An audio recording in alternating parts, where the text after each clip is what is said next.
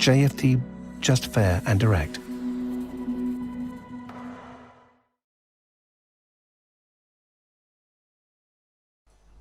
Okay, hello and good morning everyone. Welcome to JFD Traders Espresso with me, Darius Anucauskas.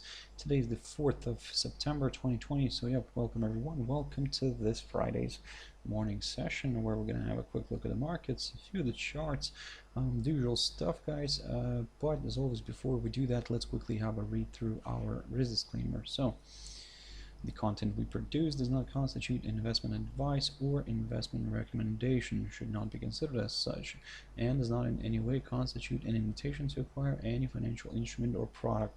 As always, a few seconds for you to read the rest and we can continue.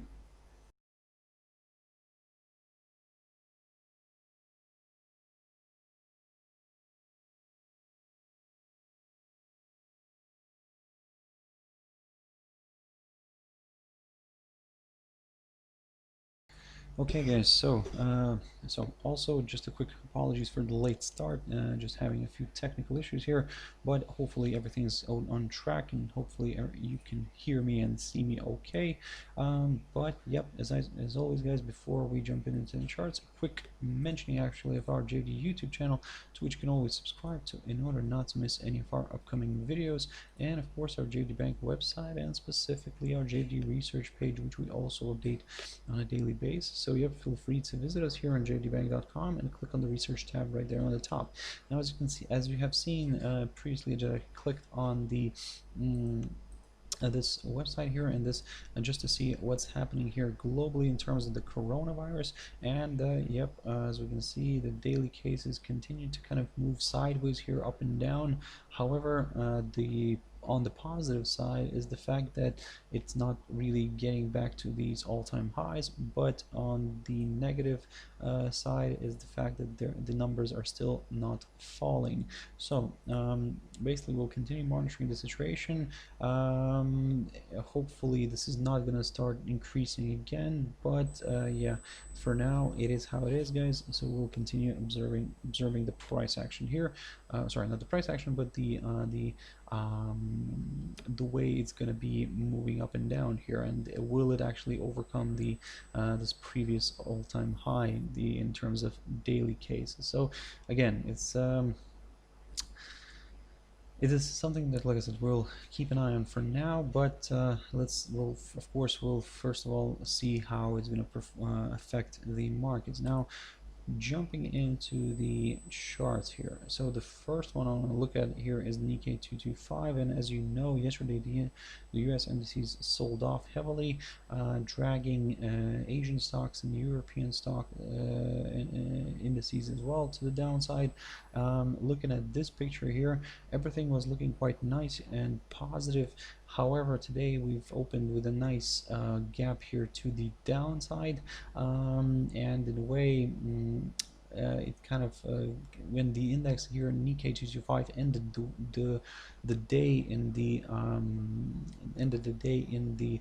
in the red, and of course what's also interesting here is that still the bulls managed to keep the index in the positive territory for the week. As you can see, not much, but still in the positive territory.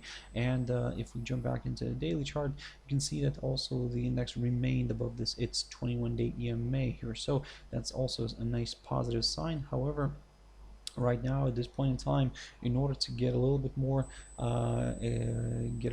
excited about higher areas, we would still prefer to get a push back above the 23,339 zone here in order to get a little bit more comfortable with higher levels. So I can see that in the chat room we have here Tommy saying hello everybody. So yep, hello everyone as well to you, and hello Tommy to you as well. But coming back to the charts now, here again, like I said, still the same idea remains the same.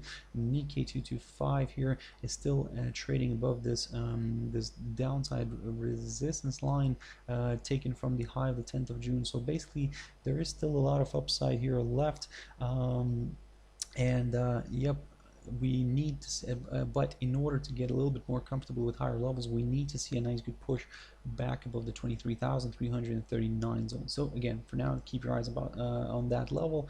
In terms of the downside, we would take a bit of a we would wait actually until we would get a drop back below this downside line, and then we could consider maybe some lower areas. Now, jumping into Shanghai Composite, on this one managed to break this upside line. So yesterday it closed above this upside support line, taken from the low the 27th of July. And what I was saying to you guys this week, that if this upside line gets broken, then of course this increases the chances for a possible further move lower. However, ideally we prefer to wait for a drop below the 3,307 zone right here in order to get a little bit more excited about lower areas. And for now, the index is still trading around here above this 3,336 zone. By the way, that level is the highest point of March of 2018. So again, something for you guys to keep in mind. For now, I wouldn't say yes. Of course, it's a little bit difficult here with the upside, given this current picture here, current technical picture. But even with the downside, we cannot really talk about any downside until we get a drop below the 3,307 zone right here. So keep your eyes on that one. Now, jumping into German DAX. Now here, it's of course a little bit worrying, the fact that the index reversed sharply to the downside here. Initially, we had a good run yesterday. It was trading near the 13,450 zone, but as you can see, the weakness here in the US market kind of brought the European indices down as well. And if we look at the cash index right now, we can see that the price is currently at the same level where it actually ended yesterday. So the positives, on the positive side, is the fact that the rate is the price is still above the 21-day EMA, and you can see that yesterday, for example, when the index declined, it did find support near this 21-day EMA. So in other words, this 21-day EMA, shown here as the yellow line, continues to act as a good area of support. If we get a break of this 21-day EMA, then, well, I mean, of course, it could lead to a further decline. However, be very careful near this upside line taken from the low of the 15th of June, because if it stays intact, we could see a nice rebound here and a push higher. For those who are more on the cautious side, what you could do here is wait for a move back above the highest point of July here near the 13,314 zone, and then aim for some higher levels. Like I said, again, it's a little bit of a tricky one right now. I mean, on one hand, we do have the markets, the equity market, the indices, and the equity markets, where a lot of investors are taking profits, or it seems like that. This may allow the maybe new investors to join in later on as well, so jump in. But again, for now, we go from what we see here. At the moment, like I said, it is stuck, it is back into this ascending triangle here. I'm talking about DAX, of course, and as long as it's going to stay here in this little territory right here, then yes, we will remain a little bit on the neutral side, probably maybe more somewhat bullish, I would say, even, because again, we do have this upside support line taken from the low the 15th of June, which if remains intact, could lead to another uprise. So in other words, guys, for now, probably I would say it's a little bit of a difficult one, but if it travels back above the 13,314 zone here, then yes, the upside is, we're going to get a little bit more confident with the upside. Now, jumping into another index here, and that's DXY. So DXY here did push higher yesterday. However, as I mentioned to you guys this week, we are struggling with this 21-day EMA. This 21-day EMA here, shown as the yellow line on a daily chart, is acting as currently as a good area of resistance. You can see that happened in the past. You can see it's happening right now again. If this 21-day EMA gets broken and we see the price kind of rising above this area, then yes, of course, we could consider a bit of a larger correction to the upside here. Now the reason why I'm saying correction, because as you can see, we're still trading below this downside line taken from the high of the 23rd of March. Although it's a little bit of a tentative one, nevertheless we'll keep an eye on it, and yep, we'll keep an eye on this 21-day EMA as well. In terms of the downside, if the 21-day EMA continues to provide decent resistance and the price starts falling back below the 92.24 zone right here, then yep, we could maybe consider a bit of a decline here again. But of course, all eyes are on the NFPs today. We do have the US job numbers coming out later on, so and not only that, of course, we do have some other data which is going to be on the agenda, of course, Canadian unemployment numbers, so something for you guys to keep in mind, something to keep an eye on. We do have the British construction PMI numbers as well, so be very careful today, guys. In a way, if the indices start moving lower, if they continue with yesterday's decline, then keep your eyes on the US dollar. We might get a bit of a boost here. However, like I said, be very careful still. There's a lot to take in. But from the technical side here on DXY, if we climb above this 21-day EMA, then yes, there is a possibility to see a good move higher here, at least up until the 93.81 zone, or maybe going a little bit further north here towards this downside resistance line. Now jumping into gold, and gold is trading, still trading above this medium-term upside support line taken from the low of the 20th of March. And in a way, as long as this upside line stays intact, there is still a possibility to see this one reversing to the upside. And but given the current technical picture, to be honest, ideally we would like to see at least a push back above the 1976 territory, somewhere around here, and then consider the upside. For now, it's way too tricky, because it could drop lower, it could move below this upside line, especially maybe it could move on the NFPs. So if the dollar strengthens, then well, we could see gold rolling over here and maybe dropping even below the 1902 territory right here, which I've talked about previously.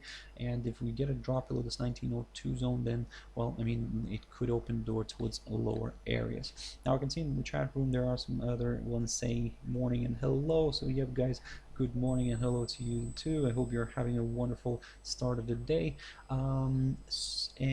If we have a look at the if we have a look at Brent Oil, this is me smoothly moving on to the charts. So we can see here yesterday the commodity here made its way lower. It at one point it did drift below this 43.62 zone I talked about yesterday, and that's the low of the 21st of August. Now what I was saying, that in order to get a little bit more excited with lower areas, ideally a daily close here would do the trick. Daily close below this area would do the trick, and yep, we could see further declines, but we only got a breakout here, a false breakout, and you can see that daily candle still remained above this area. Today, although we are seeing a bit of a decline, still the area here is providing a support. Now if we get another drop below this, then of course, yes, it increases the chances for Brent oil to move further south. We could target the 100-day EMA, which is roughly somewhere around the 42.60 zone. But if that gets broken, then the next target is the low of the 30th of July here, near the 41.41 level. So so again, yeah, for now, guys, keep your eyes on that one. Let me just actually adjust this arrow here, probably just to kind of to be a little bit more realistic for now. Keep your eyes on the 43.62 territory, which is marked by the low of the 21st of August, or whatever the low of the 21st of August is on your chart.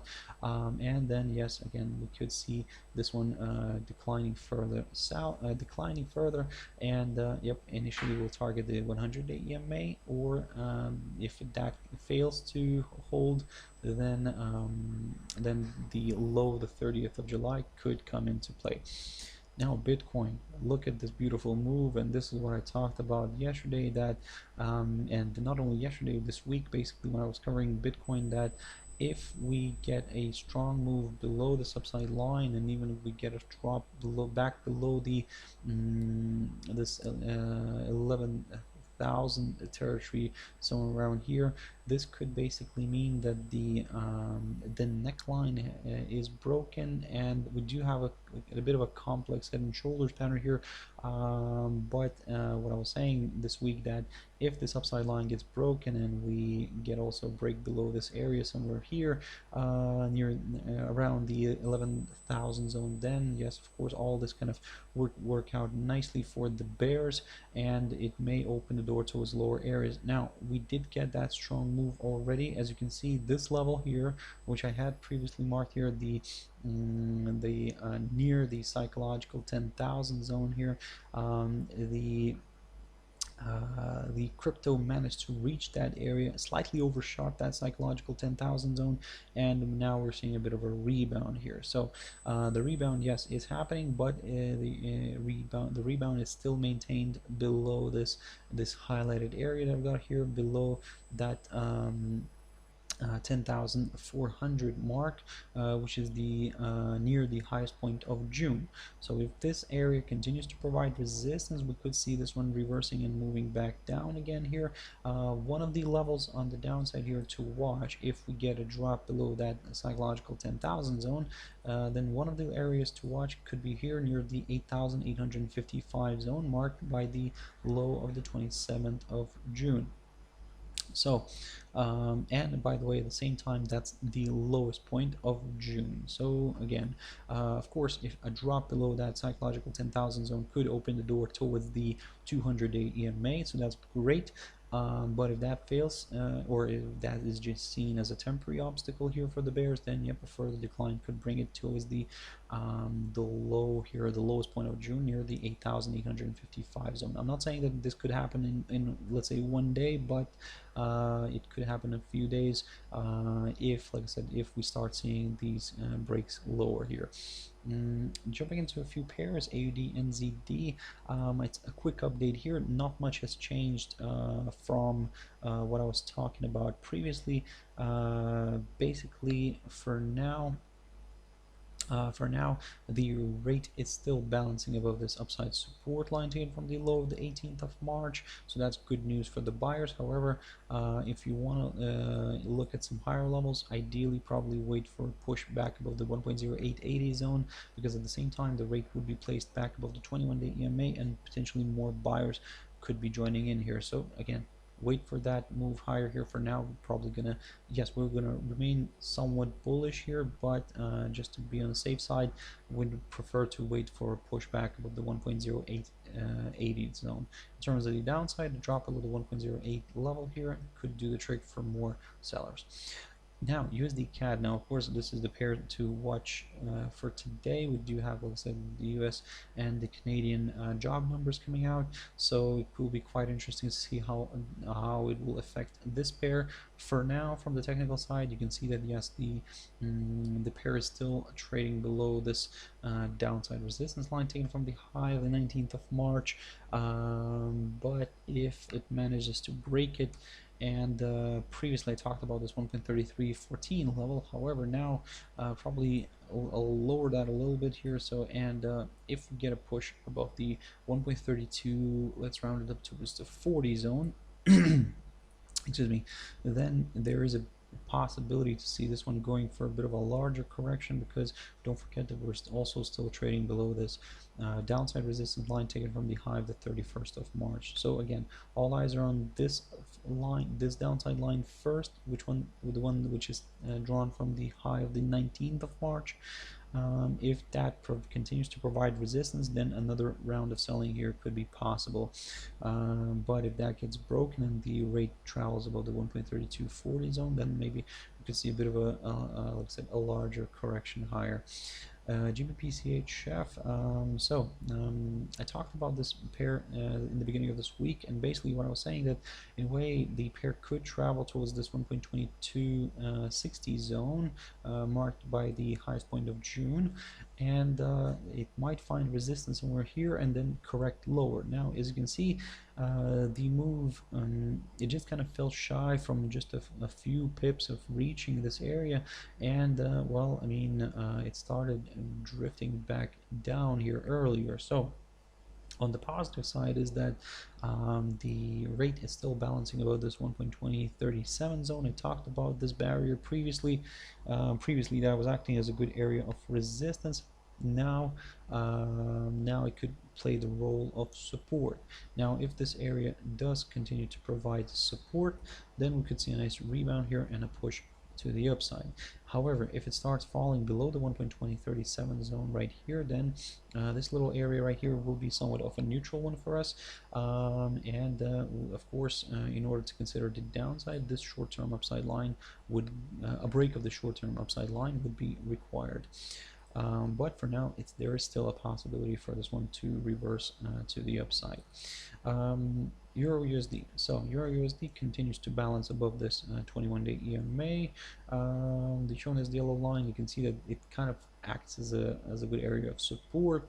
So in a way, yes, we'll keep an eye on that one as well. But if it starts dropping below it, if the rate starts dropping below this 21-day EMA and below this 1.1815 level, then yes, of course, we'll go for a bit of a larger correction here to the downside towards this upside support line taken from the low of the 14th of May.